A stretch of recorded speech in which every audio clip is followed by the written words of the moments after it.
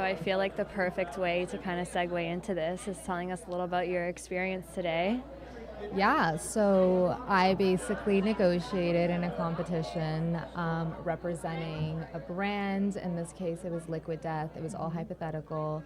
And just as my luck always is, it was me and my partner Liam versus two other guys.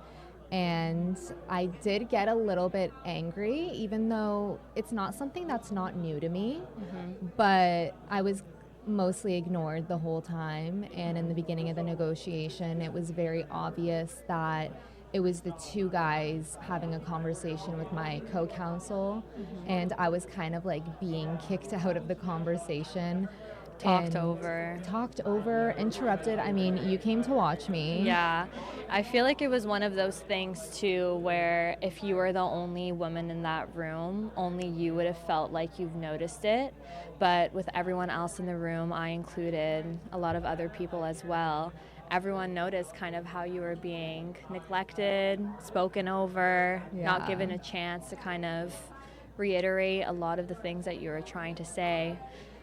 And the funny thing was, I knew it was going to happen, in the sense of, I know that it seems as like when it's me and a guy, usually they'll go straight to the guy because they take him more seriously, especially in legal fields. Exactly. And that's why I got mad. And like halfway through, towards the end, the counsels we were going against took a timeout.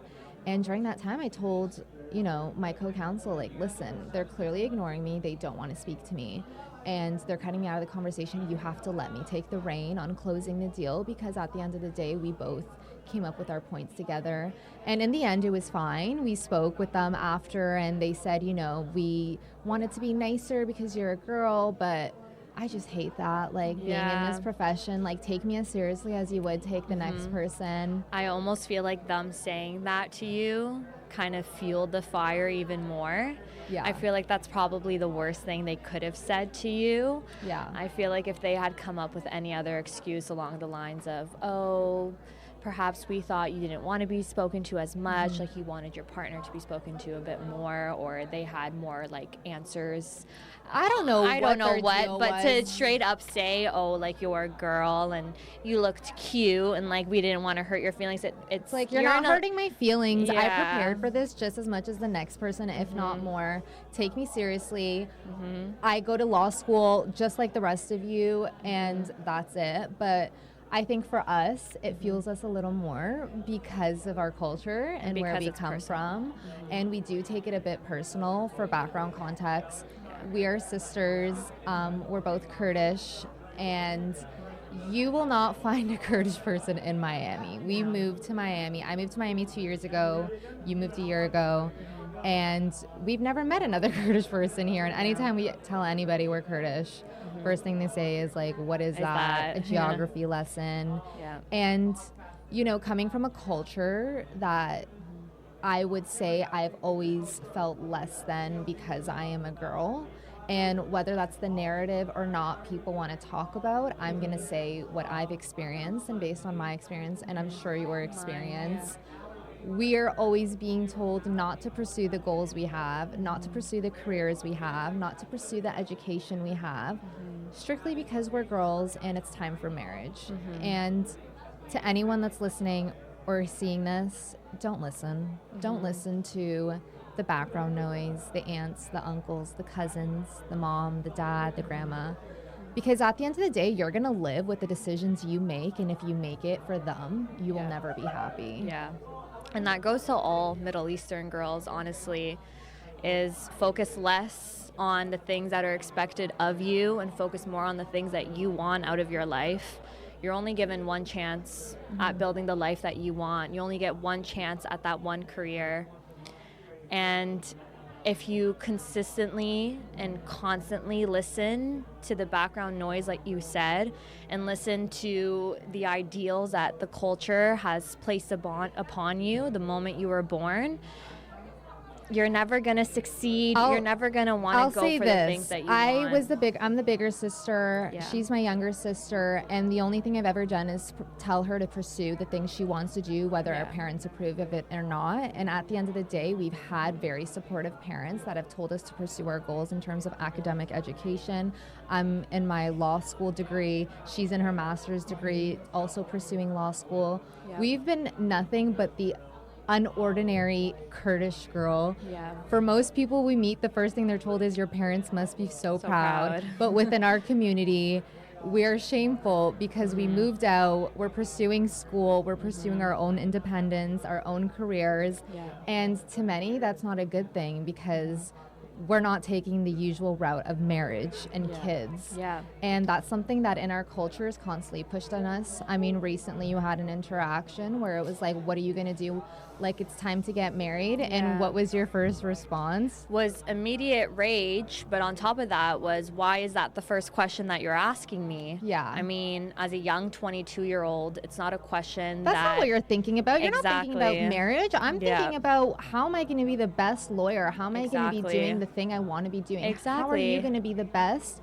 And for us, there's just like so much restriction, and because we push that boundary, we're seen as defying and, you know, not being the perfect Kurdish girl, and we're okay with that. Yeah. There was a point where we would, you know, beat ourselves up over it, and now we've gotten to the point where we're like, it is what it is. At the end of the day, I'm going to be living the life I'm living. Exactly. But at least we get to do it together. Everybody knows we do everything together.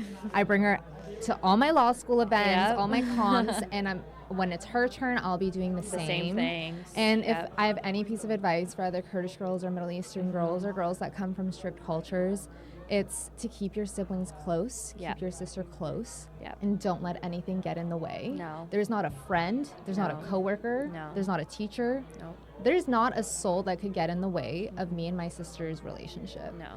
And for us, I mean, you're my younger sister. How do you see, like, I mean, you saw it from a different perspective, what I had to go through. Yeah. And you saw a lot of what I had to go through. I mean, it definitely prepared me for the future, but it also broke my heart at the same time. Yeah. And I think a lot of younger sisters can kind of relate to that, kind of watching the struggles that you see your older sister face. Yeah.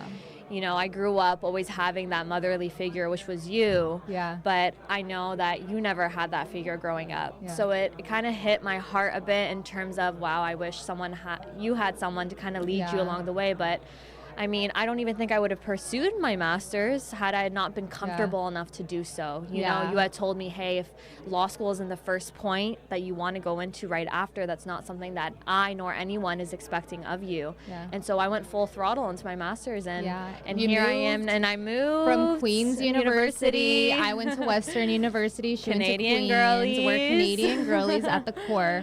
But I think that it's just so important for us. Yes. Anytime someone asks, like, Canadian Kurdish girls in Miami, how did you get to do that? Yeah. Thank God for our parents. Yes. We love our parents. They're who have so fully supportive. supported us up until and now. A strict culture, they're having people yap in their ears, like, how are you letting your daughters do X, Y, and Z?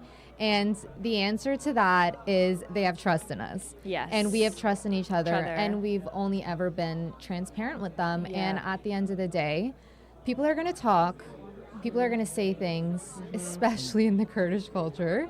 You've heard the things people have said about us. They've said some wild things, and it always comes back to us. Yep. But at the end of the day, I am in law school, and you are in your master's. I am in my master's. And that's one thing nobody no one can ever take away from us. No. And that's like my takeaway for anyone who ever talks to me about that is pursue it, do it, and don't let anybody get in the way. Ever. Pursue your goals and stick to them. Yeah, Screw because the people culture. are always going to talk shit. Don't give in to the culture. Exactly. And best of luck. Best of luck to all of you.